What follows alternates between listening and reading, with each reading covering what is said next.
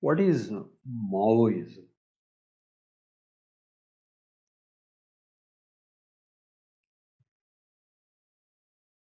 Um, Maoism can be better understood uh, not not as a set of ideas, but as a set of actions done by Mao. By looking at what thoughts Mao had in doing what he did. We know that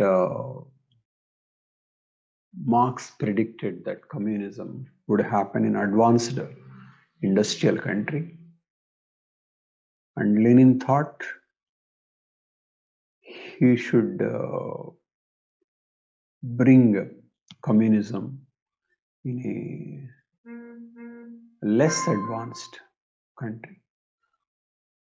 But Russia is somewhat industrialized with some industrial working class, that is proletariat. So in trying to apply Marxism to Russia,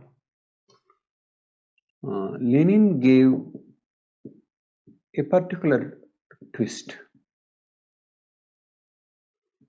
the idea of party. Okay. But Lenin conceived of communism in terms of industrial proletariat only.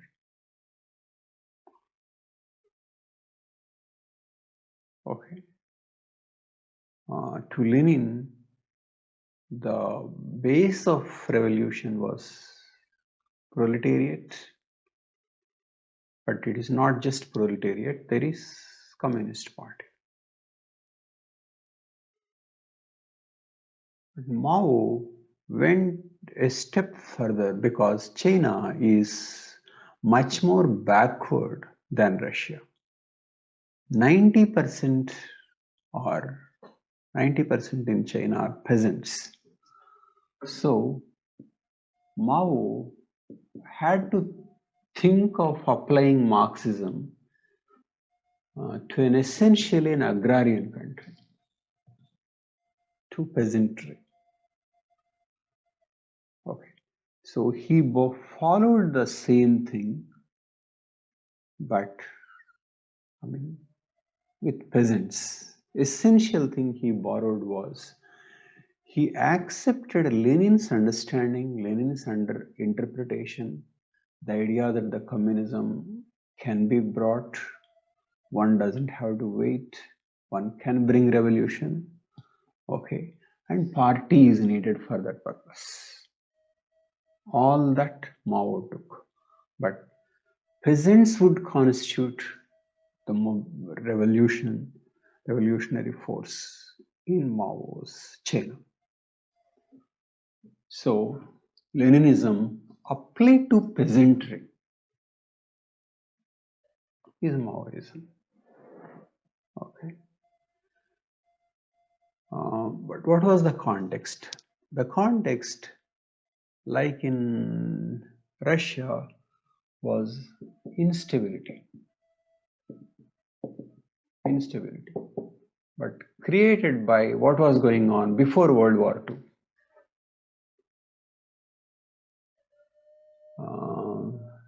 There was instability, political instability, and there were two groups, communists, and then another group who would be called nationalists, and invasion by Japan. So it is these conditions Mao had to work out his strategy. For example, in what is called Long March of 1934. This long march was undertaken by the communists to avoid persecution by Kuomintang government under Chiang, who had set up his army against the communists. So Kuomintang and the communists is the internal conflict. And communists were driven out of their rural strongholds, forced into long march. They wanted to shift the base by walking around 6,000 miles out of this march. Around 1 lakh poorly armed peasants started and only 10,000 survived. Okay. And the internal conflict was also going on around external aggression, Japanese invasion in what is called Rape of Nanjing 1937. 2 to 3 lakhs of Chinese were killed and 20,000 raped according to US survey of Chinese history. So communists were fighting the nationalists, communists, and between the communists and nationalists, the communists were in a better position to fight the Japanese. So there is a case of, and then this is peasant based, and the technique was guerrilla warfare. Okay. So Maoism is about the peasantry, guerrilla warfare, and then deep roots to national identity. National identity.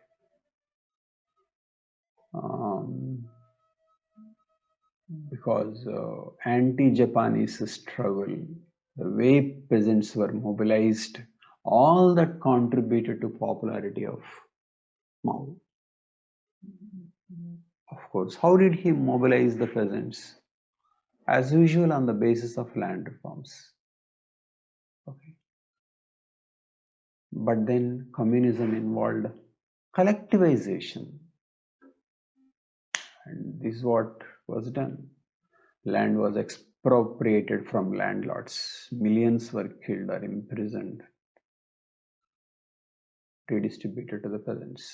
And later there was collectivization between 55 to 57, as Soviets had done. And at one time, communes had around 25,000 persons. And because of that, a lot of dislocation took place and famines took place between 1960 to 62. Millions starved to death.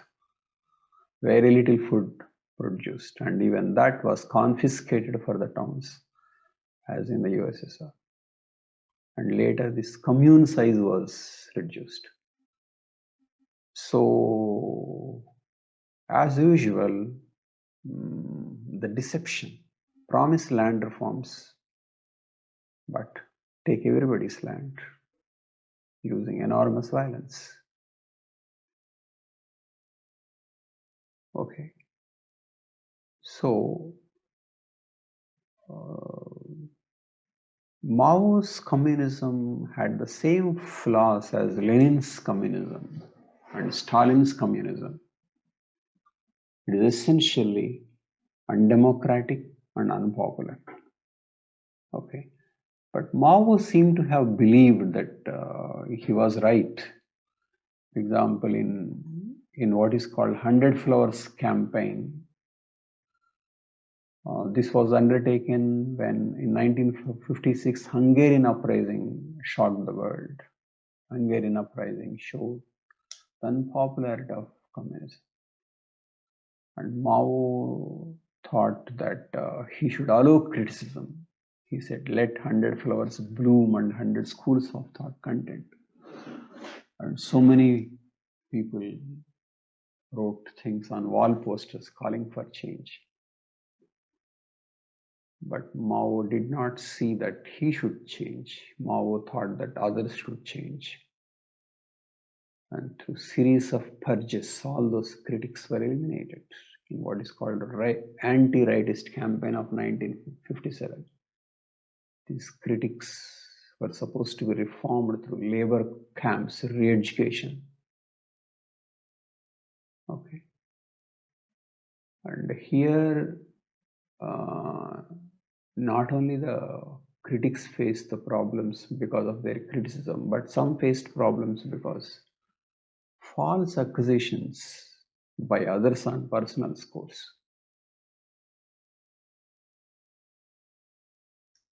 Okay. And some party people were given quotas to identify class enemies. So basically, there won't be any tolerance to criticism. And then he said, in what is called a great leap forward, example is between 1953 to 58, Soviet-style 5-year plan produced results, but Mao wanted something more, faster results. He wanted massive industrialization and also rapid collectivization.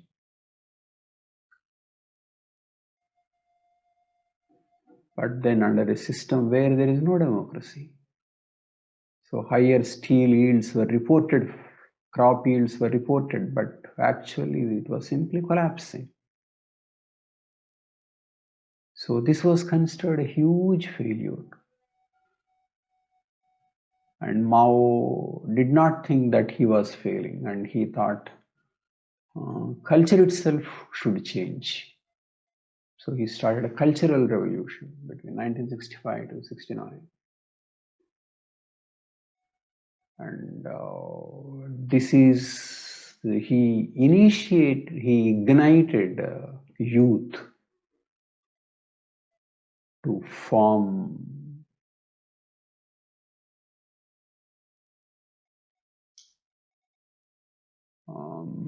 what are called red guards. And these red guards would read a book written by Mao titled Thought of Chairman Mao. It was a little red book. And young people are supposed to memorize this book and then cleanse the people and the cultural elements who are not supportive of Maoism. Okay. Children complained against their own parents. Friends complained against their own friends for not sufficiently dedicated to Maoism, and they were sent to labor camps or punished or some killed.